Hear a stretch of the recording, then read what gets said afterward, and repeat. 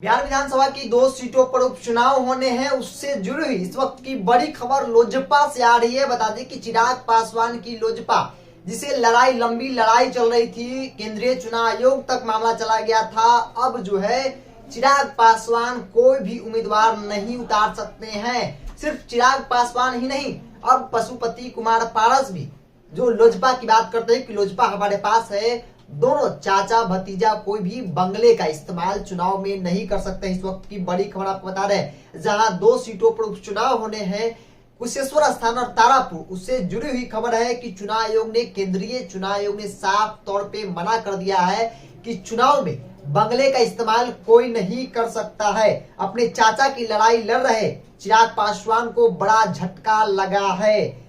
चुनाव आयोग ने लोजपा का चुनाव चिन्ह बंगला को फ्रीज कर दिया है।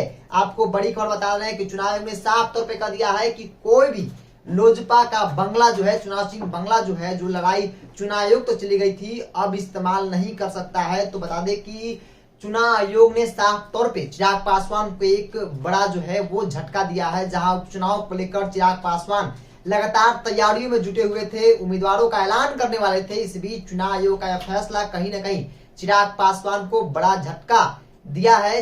चुनाव आयोग ने साफ तौर पे कह दिया है कि बंगले का इस्तेमाल अब कोई नहीं कर सकता है। अब चिराग पासवान क्या करेंगे? जहां 2 सीटों पर उपचुनाव होने हैं, तारापुर और कुशेश्वर स्थान, जहां लड़ाई लगातार लंबे समय से जो है, जो लोजपा में टूट के बाद जो है मामला सामने आया था और केंद्रीय चुनाव आयोग का मामला चला गया था और फैसला चुनाव आयोग को करना था। लगातार दावे किए जाते थे चिराग पासवान की तरफ से कि लोजपा जो है वो हमारे साथ है, पूरे कार्यकर्ता मेरे साथ है, लेकिन मामला चुनाव आयोग को फैसला सुनाना था और चुनाव आयोग ने ठीक उपचुनाव से पहले बड़ा झटका जो है वो चिराग पासवान को दिया है। साफ तौर पे चुनाव आयोग ने कह दिया है कि बंगले का इस्तेमाल अब चिराग पासवान ही नहीं, पशुपति कुमार पारस भी नहीं कर सकते हैं। जहां दोनों पक्षों द्वारा दावा किया जाता था कि बंगला जो है हमारा है, लेकिन फिलहाल बंगला अभी किसी का नहीं है। कोई भी व्यक्ति जो है चुनाव जो अपने उम्मीदवार नहीं उतार सकते हैं बंगले पर। तो उपचुनाव को लेकर जो चिराग पासवान की तैयारी थी वो अब साफ तौर पे जो है सभी पे पानी फिर गई है। कुशेश्वर स्थान और तारापुर जो दोनों सीटों पर उपचुनाव होने हैं, उसको लेकर लगातार बैठक कर रहे थे चिराग पासवान। अब ऐलान करने वाले थे उम्मीदवारों का।